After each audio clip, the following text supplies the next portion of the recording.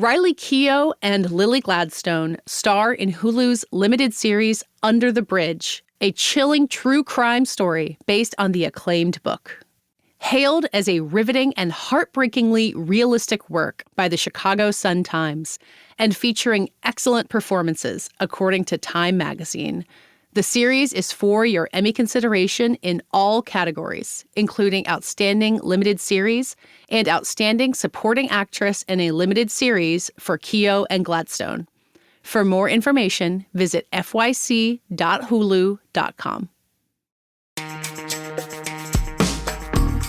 Hello and welcome to the first ever episode of the Prestige Junkie Podcast.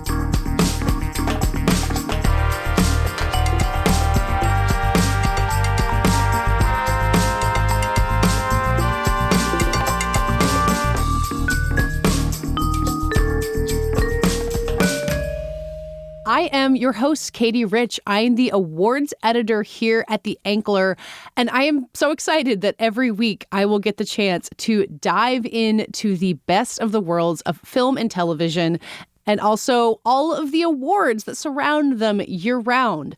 Every week, I'll be joined by one of my Ankler colleagues or another friend from somewhere in the business to talk about the Emmys or the Oscars or right now the Cannes Film Festival or anything else going on in the world of awards that helps us understand Hollywood. Each episode will also include an interview with someone involved in one of those great films or TV shows. This week, I caught up with Lily Gladstone, who you probably remember was a Best Actress nominee for Killers of the Flower Moon just a few months ago. Her latest project is the limited series Under the Bridge, which is now airing on Hulu. But first, I am joined this week by Sean McNulty, the host of the Ankler podcast and the author of The Wake-Up. Hello, Sean. Hello. Is this where I mentioned I have an Emmy, or is that a disclosure on this podcast? I'm not sure. You are required to have an Emmy to be the guest on this podcast. I literally have my laptop. It sits on top of the box that it sits in, so that makes you feel closer to have this Prestige Junkie podcast. I am here 100% ready to play here. The prestige emanates through your microphone. We are so grateful to have you. Sean, the funny thing about being at the Ankler as the awards editor and writer is that I'm here to care about awards, and the rest of you guys mostly care about the business and things that actually make money. And we'll talk about that a little bit more later. But I'm just grateful that you're here to kind of dive into the fun and shiny world of awards instead of hard and fast facts for once. It's a nice change of pace for me, just living popularity contests. I love it. Yeah. Getting out of the EBITDA and net profit and the world that I live in. This is a joy for me. So I love it. And one of these days you'll teach me what all those things mean. I'll be very grateful. But there actually is a connection here today to what you spent last week doing. You were at Upfronts in New York City. You guys have talked about that on the Ankler podcast. And I do believe one Bob Iger was present for the Disney presentation. And there is one show that I think Bob Iger has been out there crowing about that premiered this spring. What would that show be, Sean? That would be Shogun. Mm-hmm. Shogun, yes. The big kind of a twofer at last year's Upfronts, which, as you may remember, had no talent present because they were on strike. Tough time. Yeah, the writers were on strike, yeah. They had a massive presentation on Shogun. They had people running through the aisles and these big costumes and this whole big affair about Shogun is coming. And the show, it was still ostensibly several months out. Yeah. So this was something they were, putting out there. So, and then this year on the earnings call, the Q1 earnings call for Disney, Iger said it was FX's most watched show ever on our streaming platforms and is driving the second largest number of signups on our streaming services since 2022, only behind the sequel to Black Panther. So yeah. Iger giving a lot of shout out, a lot of love there from Bob Iger. Yeah, so the intrigue around Shogun in my neck of the woods is that for weeks when I was talking to awards consultants, I'd be like, what are you guys looking at? They're like, well, of course Shogun's going to move to drama, right? Because it had been competing in limited series. And right. FX in the meantime was just like, absolutely not. I don't know what you're talking about. Because as far as I could tell, they were in the process of signing a whole bunch of deals to make another season of Shogun possible. And the news broke last Thursday as I was flying back from Los Angeles, where I got to meet a bunch of our colleagues, that more Shogun is coming, and it is officially moving to the drama category. So that's pretty seismic when it comes to the Emmy race. I mean, Sean, from your perspective of the world of, business, I don't think that makes Shogun any more or less of a hit. But it is kind of a sign that FX is really here to play with this show. That's a gamble that really paid off for them, right? Clearly, I mean, you don't move from how many series have moved from a limited series to go on to more? That's a pretty rare TV category, and that's only done. Look, the series ends at the end of the book, as far as I understand it. So it's not like there's more creative that was left on the table here. It's like they're going to have to figure this out. So this is a pretty stark sign that the business is kind of driving this situation. Again, reading the tea leaves here. I'm not that the creative won't be great, but this is not like, we had 3 books and now we're making the other 2. Well, no, so there actually are 5 more books in this guy's series, but it's unclear if they're going to adapt those. Like, they're about different characters or about different times. It's like it's the plot of the original, the series we all know and love at this point is not like, and here's the thing we're going to bring up with all these characters, and it's a whole trilogy here of Lord of the Rings kind of thing. It was a very self-contained story in season 1, and I think they're being kind of deliberately vague about. It's not like they're going to take another James Clavell book and adapt that directly. Like, if you want to see more Toranaga, who is this character based very closely on a real Japanese historical character, my guess is that he will be at the center of another season, so they'll find a new story to tell. They're obviously not revealing that. It might be a while before we see any of these shows. I don't know. You think they're going to rush it? Got to keep the heat. Got to keep the heat going. I don't know. It took them like 5 years to make Shogun. Like, they were like starting production in 2019, and then we all know what happened there. So hopefully it takes less than that for everyone's sake involved in this show. I would hope so. But the fact that this is such a big gamble for Disney and FX, I mean, you talking about them like having people running through the aisles in costume. I feel like so often we see something like David Zaslav saying The Flash is the best superhero movie of all time, and it falls on its face. For a studio to call their shot on something that's going to be big, and for it to really be that big, it's not as rare as maybe it seems, but it feels really good. It's like, okay, for once, they threw money into something and it really paid off. People actually watched, and it might win awards. Like, that's kind of a across-the-board bingo, right? I mean, this kind of success heartens me about the business. Where, like, on paper, what about this show works? It looks very expensive. I don't know what the budgets were on it, but I mean, that's number one. If even half the money is all on screen, then it was very expensive. Exactly. Foreign language, not even an American-based story, and things like it's really a testament that quality wins out. Yeah. It's just a well-made story. It has IP, clearly, but it's not like it's not Superman. Yeah. So it's just good to see that come together culturally and in an audience size. I mean, again, we didn't have the exact numbers here, but Iger's certainly shouting out like it's, a rather large hit for their streaming services. And it just plays into this, global notion that streaming is now, Katey, where maybe if this show had come along that 5 years earlier, if FX had gotten the elements together back in 2017, 2018, this show may not have been the hit that it is right now. Yeah. It is a confluence of events that has happened to make this into an event and into a big success for them. So I love it. I mean, I think it's a great story from just a business sense outside of the creative alone as well. Yeah, I don't think we've really reckoned with how radically audiences have changed about subtitles in the last 10 years. Yes. But, when Parasite wins Best Picture in 2020, Bong Joon-ho's out there being like, don't let the 1-inch barrier of subtitles get in your way. And on television, maybe more than in movies. I think we could talk about that. I just think it's gone away entirely. Like, people, my understanding is that the youths watch with subtitles even when it's in English. Like, that's just happening now, right? This baffles me. I'm told this, and I'm like, what aren't you under? I'll happily read subtitles on the screen, but I would never turn them on to be like, what's somebody saying in the language that I speak? It always baffles. But yes, I've heard of that. And so we're definitely in a post-subtitle era now, Katey, 100%. Yeah. So I think the question, I think with Shogun, and I wrote about this in Monday's newsletter, like, I think the sky's the limit in terms of what it can win. And I feel pretty bullish about it as a huge Best Drama Series contender. The Crown has been out there kind of saying it's our final season, like, let's get the last award. I think that's definitely totally possible. But the end of Succession kind of left a power vacuum in the Best Drama Series that Shogun is really coming in to try to take over. But the question, like, in the history of, drama series over the last 10 years, say in the streaming era, whether you're popular or not isn't as big a factor as you might think. I think depending on how you define the popularity of Succession or The Crown or something like that, whether or not something is big and well-liked doesn't necessarily mean that it will win it. I mean, Sean, from your perspective as someone who cares about the business of these things, do you think that the Emmy should pay more attention to what people are really watching, or does it not matter that much? I take a very purist view to this award, where it is not a popularity of an American popularity contest. It is an artistic award. Wow. And you have artists voting on this. So it's what is popular or seen as best quality among this group of people. This isn't the People's Choice Awards. This isn't the MTV Movie Award, whatever it might be. R.I.P. MTV Movie Awards. Exactly. All right. Yeah. Well, coming back. They're on a break. They say they're coming back. All right. They're on a break. But so for me, it's. And it shouldn't be the most, I mean, if Yellowstone earns it, that's fine. Mm-hmm. But, those shows, you get 14 million viewers. They're fine, in the sense of, should it be awarded? Popularity doesn't mean quality in the sense that this is an artistic award. You are awarding art. So that should be your guide. What was the highest quality in your opinion as an esteemed body of creative people? So that's literally how I have interpreted. But does that happen in reality is the question that we have to... I said ideally. All right. If I didn't, I meant to say ideally. I don't think it is. At the end, it is a popularity contest among creative people. So, well, and don't you think the enthusiasm that we have, we're so heartened by the idea that Shogun can be good and expensive and well-liked, like...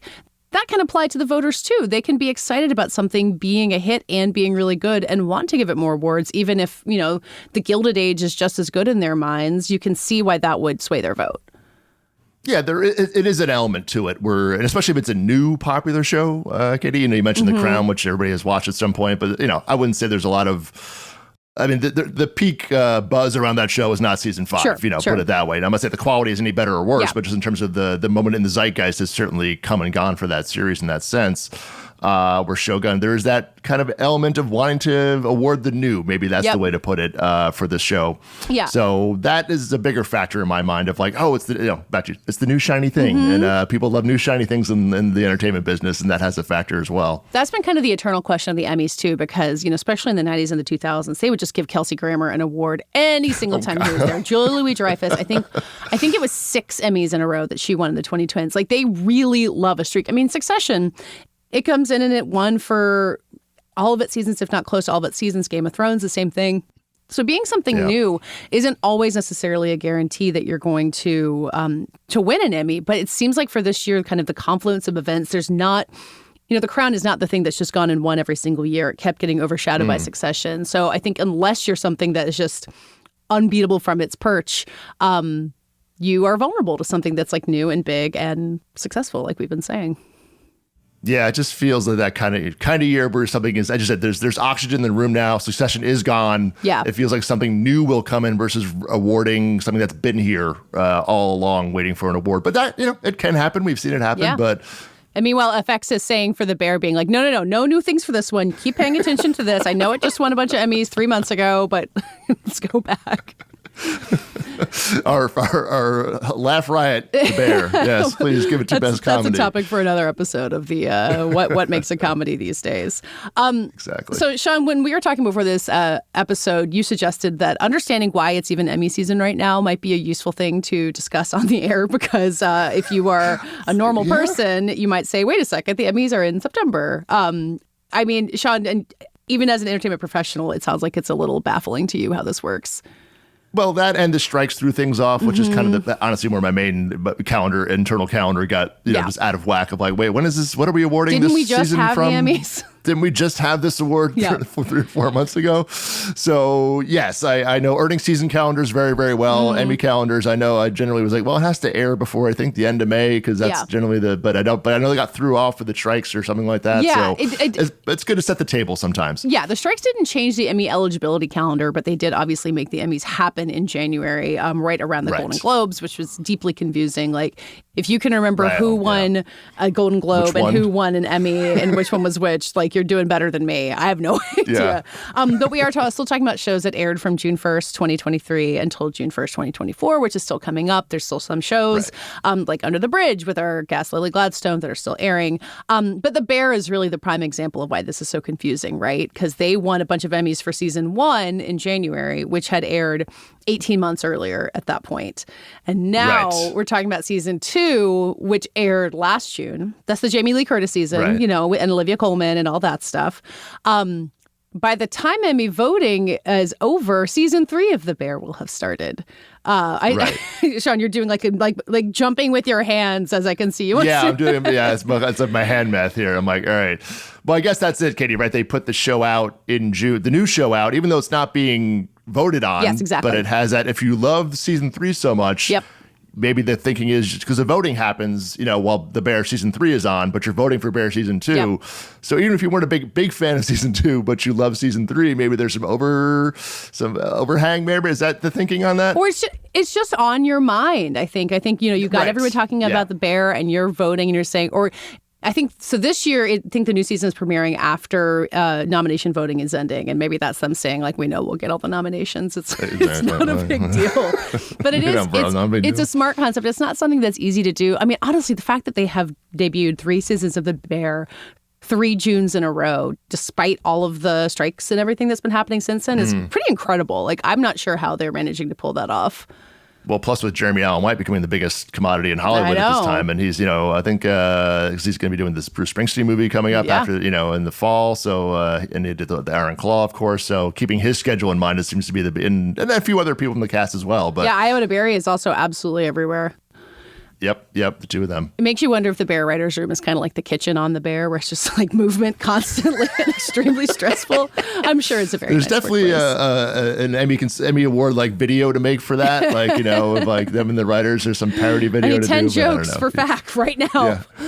Right now. So the Bear will be coming in June, and just for a couple dates for anyone to keep in mind, if you are a voter and if you're not, the voting begins on June 13th, so in a few weeks, ends on June 24th. That's a really long voting period to compare. Like the Oscars is like 5 days. I don't really know why. Maybe that's something to explore.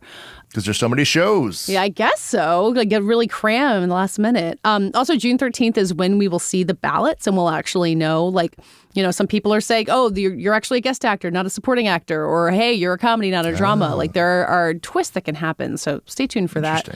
And then nominations will be out on July 17th, within 2 months to go until September 15th, when the awards are.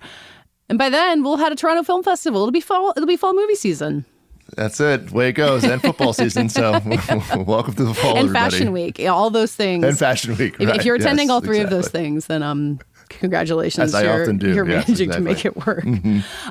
So, Sean, to go back to your time at Upfronts last week, I really was listening to you guys talk about Upfronts on the podcast last week, and you were saying, like, scripted TV is out, but movie stars are in. Like, they're all about, like, parading these stars on stage. And there's this part of me that's thinking, like, okay, well, how do you think you make those stars? Do you think they just, like, are born from HGTV documentaries and sports, or do you have to like actually write things for movie stars to be born from?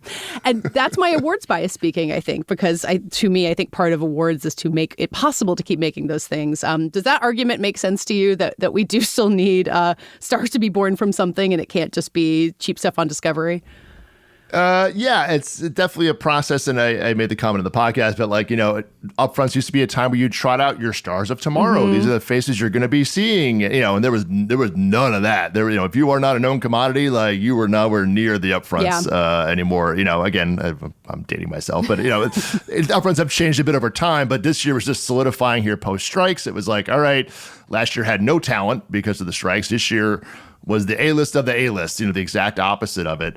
But it's also just the nature of who's there. I mean, it's Amazon and Netflix are not in a linear Thursday night schedule environment, and they're not making projects on the whole with people who are not known, so they don't have a lot of unknowns that they would even be bringing out in that regard. So, but to your point about making stars, though, it is a point of like, even making TV stars. I mean, like how that's how TV stars are made.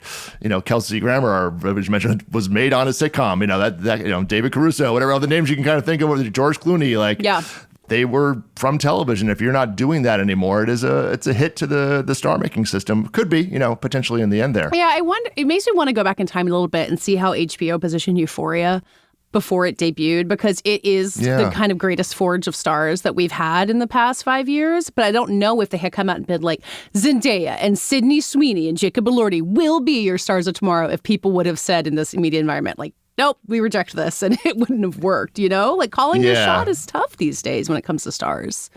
And there are a few networks to really put on the line like that, where HBO, I mean, Zendaya wasn't, a name going into a degree, nowhere near the, it definitely was an elevation for her, but Jacob and Sydney, you couldn't have picked out of a lineup going into that show.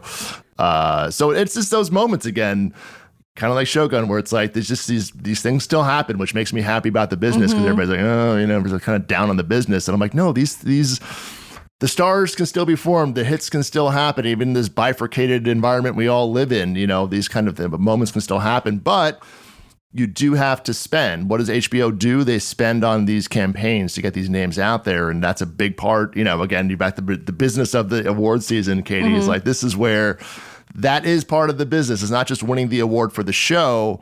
It's putting all this essentially marketing money behind these names to get to know these. We're choosing these 5 people to focus on, whoever gets this, as you mentioned, who gets the nominations in which categories. Okay, great. Once we have that, we're going to really push for boom, boom, and boom. Yeah. And then those people get money, and it gets exposure, and it gets that buzz going about them. And that's, again, that's very early star formation step that isn't very public, but is very, very important in the process. And that needs to continue if that process is going to continue to make those new names. Yeah. So I mean, it's all very ineffable, which I don't think is something anyone really wants to spend a fortune on. But if Jacob Elordi is in Saltburn and Priscilla and doesn't get any awards nominations for that, he's still adjacent to awards and his stock rises. Zendaya wins a Best Actress Emmy for Euphoria. Her star rises inevitably. I mean, you're talking about Emma Stone as being one of the big stars at the Disney presentation. And remind me of her last big thing in public. What was it that she did that really made her famous? I think an award was involved, right? Something like that. I don't know. It's a $100 million movie or something along those lines. I think, the idea that like winning an award makes you a bigger star, I think is kind of obvious, and then also sometimes not true. Like there's people who win an Oscar and then kind of like go off and do whatever it is. But if we want to have stars, if we want to have power, if we want Hollywood to mean something different than YouTube, where, we've also been talking about how YouTube creators are saying they don't need Hollywood. I think the awards play a role in that. And, maybe this is me making the case to these hard-nosed angler readers and listeners who think it's all about the business. But I think there's a business case for it that I would like to keep trying to solve on this podcast, maybe. Yeah, 100%. And it's, YouTube, who doesn't need Hollywood, but so all of a sudden wants to have Emmys. So which one is it? You don't need Hollywood or you want an Emmy? You can't, this dual narrative that came out at the same time in the past 2 weeks. I'm like, wait a second. We deserve Emmys, but we don't need you guys anymore. Yeah? I'm like, well, if you don't need us, then why are you even worried about an Emmy? I don't know. I do not understand. I want to talk about this at some point, but Hot Ones entering the Emmy race for like talk series is like, Hot Ones is one of the great innovations in interviews of the last decade. Just on SNL with Beyonce 2 weeks ago, yeah. It just feels like they're more competitive than maybe people are giving them credit for. 100%. All right. So, Sean, to wrap up your foray into awards with me, and you will certainly be back, I just kind of wanted to ask you what you are watching or interested in this Emmy race in particular. Do you have anything you're rooting for or anything you're catching up on that you want people to know about or that you want to give a leg up by talking about it here? Are the New York Rangers in the category for now? Is that not? There that's are kind sports of Emmys, but I need to really dive deep and figure out if the actual athletes get to win. I don't think so. Yeah. Well, I do watch a lot of docu stuff, so I guess that's where my mind goes definitely half the time. Category. But I will say, yeah. Hacks is where my heart is right now, and I just started the new season with that. So that's. But if we're asking present day here as we record, where my mind's at. It's so effortless, that show, but that's not effortless. It's the kind of thing where it just seems like it comes together so well. Yeah. But that's not the way that, as we all know, it's a much more of a bigger effort to like just make it seem like this chemistry works. The writing is sharp, and it's almost taken for granted at a certain point. In like season 3, where they're just doing it, but they're also innovating and not staying in the same exact tropes. It's not, it's familiar, but it's not, repetitive, I guess maybe is a danger you can get into with that kind of show where the characters so well. So that's where my heart would be right now, in terms of what shows I'm watching. I think Hacks versus The Bear in comedy is just a really interesting contrast. Previously it was kind of Hacks and Ted Lasso, which weren't really similar shows, but I think kind of maybe hit a similar tone of like character-based, and it could veer into drama sometimes, but then land some jokes. And I think The Bear is, as you know, as we have said and many other people have, like veer so close to drama, whereas Hacks is so rooted in the world of classic comedy. Like you've got people literally like workshopping jokes together on screen. It really is two very different approaches to what a TV comedy can be. And it's, you know, I still think I would give The Bear the edge in terms of the buzz of the comedy race. But yeah, it's like if you're tired of watching The Bear and being stressed out, you can come to Hacks and be not unstressed out, but it's a different approach. I will say, I watch Hacks at the end of my nights, and I can't do that with The Bear. Like that cannot be going into my sleep time. So that my Bear problem is that when does this fall into my my life where I can have a little stress and enjoy it? But it is not 11 o'clock at night. Do both of them make you feel better about your employment choices over the course of your life, that you've neither worked in a kitchen nor for a Vegas comedian? Exactly. There's no show about a guy doing a newsletter, but I'm fine with that. That's not a problem. That's for a reason. So So are you officially saying you want Gene Smart to win that third Emmy? Like, is that your vote if you had a ballot? I mean, I'm not going to be mad at it. I mean, certainly I generally take the point of view of awarding newer talent or new, like, again, like if someone who has already gotten their props and has the awards, getting a third or a fifth is a little more. It's not that it's not deserved, but is this the best, that's a use of this award or that kind of thing. So, again, it is an artistic award. So if you were telling me this was the best once again, was the best performance out there, it is what it is. What does best mean? What is best? Yeah, exactly. It's in the eye of the beholder. But so, again, it wouldn't be undeserved, but it would be nice to see some, again, back to your point about new faces, newer names, or the future, building some things for the future here. Yeah. So. We shall see. Yeah. But what are you watching? What should I be watching? What's on your mind? Well, I'm going to use this as a plug for our next segment and maybe also a transition, because I think Hulu's Under the Bridge is being slept on a little bit. Maybe not as much as it was a couple weeks ago. I think it's picked up some audience. It's a limited series that's about this true, really horrific crime that happened in Canada in 1997. And in a moment, you'll hear me talking to Lily Gladstone, who is one of the stars of the show, along with Riley Keough. I think for some people, you say, oh, it's based on this murder that happened to this teen girl. Some people are going to be like, yes, I'm in true crime. And then some people are going to say absolutely not. And I'm usually more in the absolutely not camp of it. But it's a really thoughtful show. It's not all just doom and gloom. These teenage girls who are at the center of it are so like scary and real. And if you were conscious in 1997, there's going to be a lot of period details that will kind of hit like right to the very core. I'm looking at you, Sean, and thinking you might remember 1997 to some extent, as do I. I just did a section on a podcast about Friends. Yeah, the 90s are a bit of my sweet spot, I will heavily admit, as a last year Gen Xer here. So if you remember the songs of the 90s, it might be the show for you. And with Shogun moving out of limited series, there's some movement in that category as well. And so I'm really rooting for Under the Bridge to kind of pick up some more audience. It's kind of ending right close to the end of the deadline, so I hope it's more visible. And as I'll talk to Lily Gladstone about, it's got really incredible performances that I think got to get rewarded. So, Sean, I will let you go, and after the break, be back with my conversation with Lily Gladstone. Thanks so much, Sean. We'll bring you back soon. I'd love to come back anytime.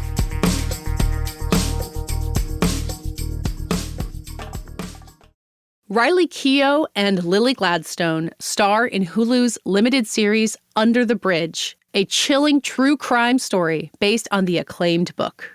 Hailed as a riveting and heartbreakingly realistic work by the Chicago Sun-Times and featuring excellent performances, according to Time magazine, the series is for your Emmy consideration in all categories, including Outstanding Limited Series and Outstanding Supporting Actress in a Limited Series for Keough and Gladstone. For more information, visit fyc.hulu.com.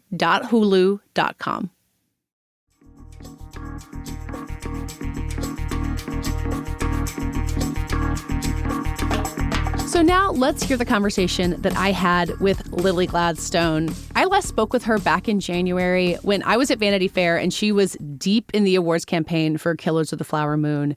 She didn't wind up winning Best Actress for that movie, but I think she really broke through as a star who we were going to follow no matter where she went.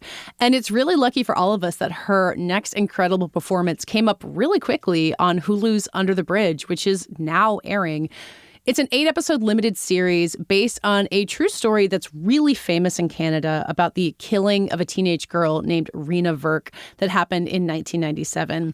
The show is based on the book by Rebecca Godfrey, who is actually a character in the series, played by Riley Keough. Lily plays an invented character. She's a cop named Cam, who is a childhood friend of Rebecca's. But she's not really just like a handy love interest or invention the way that I kind of feared when I put the show on.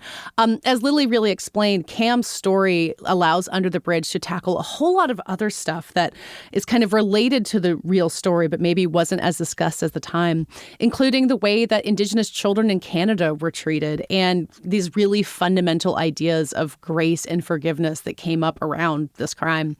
So it's a lot of heavy stuff, but kind of in a conversation with Lily, I think you get the way that she can easily balance going into big historical topics and big ideas and then throw some jokes in the midst of the conversation. And that adds actually the way that we wrapped up our conversation by looking toward the comedy that she's making once she's done being on the Cannes jury. She's going to star in a remake of the Ang Lee movie, The Wedding Banquet, with Bowen Yang, who, of course, we all know from SNL. And she told me that making a comedy is really kind of more in line with her real personality and is something that hasn't come out as much in her film roles. So I think we have even more to look forward to from Lily Gladstone. So let's hear the conversation that I had with the star of Hulu's Under the Bridge, Lily Gladstone.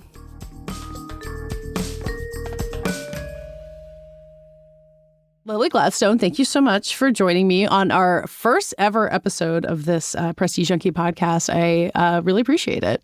Oh, thank you so much for having me. So we last spoke in January, back for Vanity Fair, and you were in this period of kind of happy nomad living. Like you were traveling all around. It was the middle of award season. You're going back to Oklahoma, going back to Washington State, Montana. And based on what we were talking about before we started recording, you're still kind of in that. Like you're about to head off to Cannes as we talk. Is that still the general state of being as an actor, that you're kind of bouncing all over the place and still enjoying it as much as you were? Thanks for saying happily. Yeah, I mean, for the most part, there's definitely longer touchdowns here and there.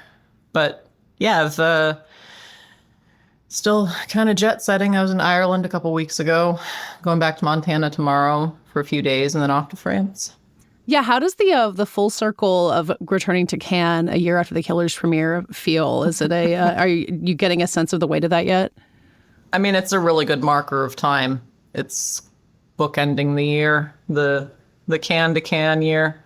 Yeah. The funny part is I'm going to Vancouver right after Cannes again. So Cannes to Van 2 years in a row. Yeah, I saw that you were on The Wedding Banquet, and I was kind of amazed, having been looking into Under the Bridge, that it's going to be back and filming in Vancouver. So that really is such a place that you're returning to. And obviously you grew up a lot near Seattle, which is very close by at that. Does that feel like a homecoming in any way, Vancouver, either now or based on having grown up near there? Yeah, it does. We lived there for about 7 months making Under the Bridge. And what was nice is my parents' front doorstep is a 2-hour drive from the studio. Yeah. So it's, that's LA traffic, getting to go home on the weekends, getting to work and go home on the weekends. It's, for, like you say, a nomad, it does feel like going home if you're within a 4-hour drive. Yeah. Yeah. I mean, that part of the country is so enormous. So there's the U.S.-Canada border. So it's not like you grew up in Victoria where Under the Bridge is set. But was that a real personal connection for you in jumping into this? Did you feel like you knew this place, these kids, this era in some way? Yeah, to a degree, certainly. Definitely the era. And in a lot of ways, the kids. A lot of my adolescence was spent in Seattle. Most of my adolescence was in Seattle. We moved out there from Montana when I was going into middle school. And that's the age I was. 1997, I was turning 12 years old, or I just turned 11 and just started the 6th grade in a new school. And, we were really close to where this had happened to Rena. That border is still somehow we call it the medicine line because it's this imaginary thing that people are somehow afraid to cross. But anyways, it just, this divide of the U.S. and Canada. We didn't hear about Rena specifically But I know that she made an impact in Canada. I mean, the equivalent, I think, for us would be like Matthew Shepard at the time. Yeah. Her case particularly had an impact on a lot of missing persons protocol, which I thought was that was an important thing to acknowledge and honor. And I was really thankful that with the creation of CAM, we bring an Indigenous storyline into it, because there's an inextricable link there. Missing persons cases of Indigenous people. Yeah. But yeah, I do remember when all of it happened. I mean, I'm on my desk over there. I have my same 25-year-old choker that you see Chloe wear in the series, the little tattoo thing. Everyone had that thing, yeah. Oh yeah, that thing. I'm shocked it ever went out of style for a moment. But it was strange filming because it did feel like this time jump. You know, the production design did such an incredible job. I feel like the 90s are cool again. You know, Y2K is cool again. So the kids had some access and found a lot of the pop culture at that time relevant, which is kind of a first. But yeah, after Rena Verk, I remember around that time is when people were getting really hyper-consumed. Adults were getting really hyper-consumed with kind of media that we were consuming, blaming that for these violent outbursts here and there around the country. And a couple of years later, we had Columbine, for example, and that suddenly became, you know, Nine Inch Nails' fault. Or it was... And I just remember being an adolescent feeling that was a pretty shallow analysis. So that's one thing I appreciate about Under the Bridge is both what we did with the show, but speaking specifically of Rebecca Godfrey's piece, the the analysis of the world that the kids who did this came from, because I think that's where you really understand violent crimes like this. People don't act in a vacuum. These kids had life circumstances that made them into bullies. Just like Rena, societal circumstances made her particularly vulnerable to being bullied. I really like that the episode that drops today, it's kind of the first time that my character gets to call that out and confront that race may have been a factor in all of it. It was so quickly and out of hand dismissed. I was really interested to learn that in Rebecca's book, Under the Bridge, that like race wasn't really considered as a factor in it, but that in some of the research into the show that the police discussed it, but it was kind of dismissed, that the way that people kind of weren't able to see it at that point. It sounds like that really intrigued you as well. Yeah, that's I know has been an evolving conversation since I was in middle school. It's like, I think it was just a few years later that Unpacking the Invisible Knapsack was published and talking about these things that, you know, it's like a fish breathing water, or not breathing water. So you don't know the fish is surrounded by water. It's not going to say that it's surrounded by water. It just lives in an environment of it and it doesn't notice it. It's just systemic racism, systemic inequities. And I think the insidious part of all of that is those are some of the things you need to get to the heart of, and if you're not even going to acknowledge that they exist. Yeah. And, you know, every Canadian that I know, I've grown up close to the border my whole life. There's a lot of Canadians that come in and out. And there is this sort of just this quiet passive-aggressive thing about those big conversations. It's so easy to point to the U.S. and say they're the ones with the guns. They're the ones who are violent. They're the ones who have all of the problems. Canada's a utopia. I think a lot of people in the U.S. have that picture of it too. But Canada's got a really ugly history as well. My character, the arc of the 8 episodes, you learn a lot about just her specifically, what that meant. And I was really appreciative that the series, it covers a lot of terrain in a very compact space, because I liked what Rebecca had said. Quinn brought this up at the premiere. Rebecca Godfrey said she didn't care about true crime. She cared about this crime. And when you look at all of the aspects of it, there's an incredibly diverse conversation to be had there. Yeah. And I think the show gets to tackle a lot of issues that clearly we haven't really come that far from in the last 25 years. 27 years. Yeah. I thought it was fascinating that you told, I think, the New York Times that you saw the connections between Killers and the way that it interrogates authority and law enforcement going straight into Under the Bridge, which I guess you filmed about a year apart. Those are both really heavy things to take on as an actor and like huge topics to, not try to fix yourself, but address. But it sounds like you felt really compelled by similar things in both of them as something that you can kind of do your part to unpack, maybe. Yeah, I forget where the quote comes from. It's, when I scrawled in all my notebooks when I was in high school, but art is not a mirror to reflect reality. It's a hammer to shape it with. And I kind of feel like it's both. Good art comes from truth. So in that aspect, there's a mirroring of what's going on in the world. But in doing that, it's how we can see where we've come from. And then at that point, that's where the tool aspect of the art comes in. We can start reimagining and reshaping things. Yeah. So I feel like it's a hard thing to have these conversations directly with these sort of entities that you can represent in art that get to be, it's just objectivism when you're in good discourse. Like, just imagine the conversation that you're having as being an object sitting on the table between you and whoever you're talking about. So you're not talking directly at each other. You're talking to the object. And I feel like art helps us examine things in such a way that we're able to maybe see some bigger moving parts of it than when we're just embroiled in talking directly to, or like finger pointing or whatever it is. It's like, you look at it. It's kind of the whole heart of addressing systemic injustice, right? It's recognizing it's a system, and there's a lot of moving parts in a system. And one of my favorite moments of my whole life was sitting down for coffee with John Trudell before he passed away. He was a major leader in the American Indian movement for us, and a lifelong artist and activist. But he told me that your artistic voice as a human being is your most authentic voice. It's, almost every other human expression can be loaded with agenda.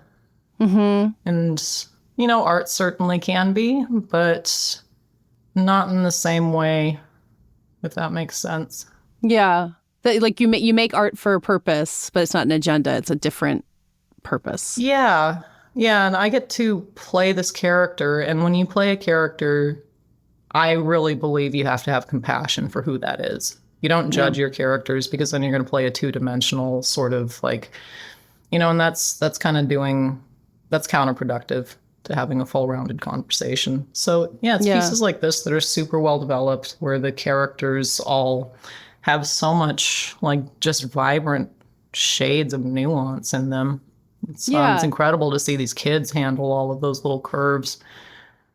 I wanted to go back to Riley for a moment, because you had said that it was her involvement that kind of first got your attention with this project. And I didn't know what, like, if you had known her or what your connection to her was. And then the scenes that you guys have together, there's this fascinating history between these characters that a lot is left unsaid. There's a lot that we're kind of supposed to draw on their childhood friendship, on their current relationship, from things that nobody ever says out loud, which it was such an interesting move in a story with so much that's real that you have to get out there, that these, this fictional relationship is allowed to kind of exist in mystery.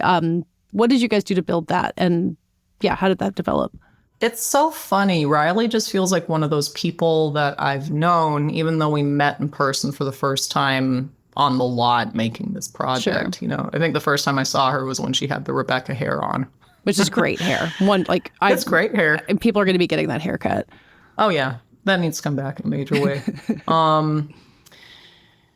Riley and I kind of came into each other's orbit when we were both promoting our indies in 2017. I was out for Certain Women and she was out for American Honey. And I know those two projects, they were filmed back to back because we had the same assistant director on both. I'd become good friends with the AD, Chris Carroll. And when they were moving into Pine Ridge to finish the movie, he texted me and asked if I knew any locals that could kind of help them navigate. And then I put them in touch with Willie White, who I'd worked with on Winter in the Blood, kind of my premiere indie film. And then Willie went on to produce War Pony with Riley. Because they met on that project. So it's been like this link that we've had. Riley's such an incredible ally to so many people, but like She's very focused on being an allied Indian country. There's a huge part of Indian country that does like to claim Elvis. I did know that. Yep. I mean, it's a good one to claim. I'm not quite sure what the origin is, but in any case, Riley moves through the world as an ally, which is something that I really respect. And I think she's just a brilliant actress. She's pretty fearless, but she's so compassionate. So it's one of those lucky combinations of an artist who can do very terrifying work, but is a very accessible, easy person to be around. Wasn't just that she was attached as an actor that piqued my interest, it's that she believed in this enough to come on as a producer. Yeah. That gave me a lot of faith that some of the things that could go very wrong with true crime, some of the sensationalism that could happen, some of the some of the criminal worship that happens with these conversations. I knew those things there would be an eye on them, and there would be a way of handling them with some nuance and ultimately some real compassion. Yeah. But yeah, Riley and I, she slid into my DMs, as they say. that was the start of it all. It really works sometimes. People got to shoot their shot. I mean, if you're Riley Keough, of course it does. That's true. It was a wonderful opportunity to work together for the first time. And we got asked a few weeks ago what it was like when we first met. And we both struggled to remember what that moment actually was. Yeah. It just kind of feels like we've known each other. Yeah, it feels like it's just an unbroken chain. Yep. And the chemistry felt really just there, just natural. Like, I think we really respect each other, and we really just inherently care about each other. The way that there's this romance kind of between the two of them that is kind of casually threaded into the rest of the story. It's not really what the story is about, and it gives you some of that sense of an unspoken history. I don't know if I've ever seen a show quite handle it in that way, that a kind of a love side plot that is just kind of comes and goes and is part of human existence like it is in real life. It was fascinating. Yeah. Just having it present and there, but not being a distraction from the story we're there to tell. Yeah. I think having that thread and that history and that sort of built-in connection between the two of them also kept it pretty ripe ground to have this conversation about what media sensationalism can do in these instances, what law enforcement can do in these instances. Because the two of them, they're both entities within this story that deserve to be indicted. And when they can have a relationship with each other, when they can be mutually beneficial, but then also realize they're coming at it from very, very different places. Yeah. And then it can get combative. When you have this device of this history and this relationship that's so human and it's entertaining, it's a magnetism and it's a gravity that keeps these characters and this conversation from just getting into like an all-out slugfest and, finger pointing and yelling and all of it. It's like, certainly that becomes part of it. Sure. Like it does a lot of intimate relationships, but it's acknowledging that it is an intimate relationship. those bigger moving pieces and all of this. I thought that was a really interesting dynamic to explore. Yeah, it comes back to a human level. Even when, they're arguing about big ideas, but come back to being people who've known each other since they were teenagers. Right. To squeeze in one more question before you have to run, you've got the wedding banquet coming around the corner. I mean, you've got the memory police also presumably further down the road, but pivoting to a comedy feels like very well deserved after taking on heavy things like what we've just been talking about and some of the producing work you're doing. Does it feel, is that like kind of deliberate, like, hey, let's go do something totally different effort from you? I mean, I feel like the rest of my career has been a diversion from what I'm naturally drawn to do. My first moments on stage as a kid, I was the comic relief. My first independent short film, my first leading role in a short film was a comedic film. I've been told I'm pretty goofy and funny. It's just interesting that and I couldn't have anticipated it, honestly, that for some reason in film, I work very well in these not comic spaces. Well, big ideas seem to draw you back over and over again. Like you're thinking about this stuff, and it's harder to get at in comedy, I guess. I mean, yeah. I also just feel like if you bottle up the entirety of existence and you like take the furthest view of things, like not the 10,000 foot perspective, like, the 10,000 like light year perspective, like it's all comedy. Yeah. Of course, there's a ton of tragedy in existence, but in the broad view of things, ultimately, I feel like it's all a comedy. Thank you for listening to this debut episode of the Prestige Junkie podcast. The show is edited by Brett Fuchs and co-produced by Brett Fuchs and me. Our theme music is by Dave Gonzalez. Thanks again to my co-host, Sean McNulty. Get the Prestige Junkie newsletter by going to theankler.com and subscribe to this podcast on Apple, Spotify, or wherever you get your podcasts. Email me, Katey@theankler.com. We will see you next week.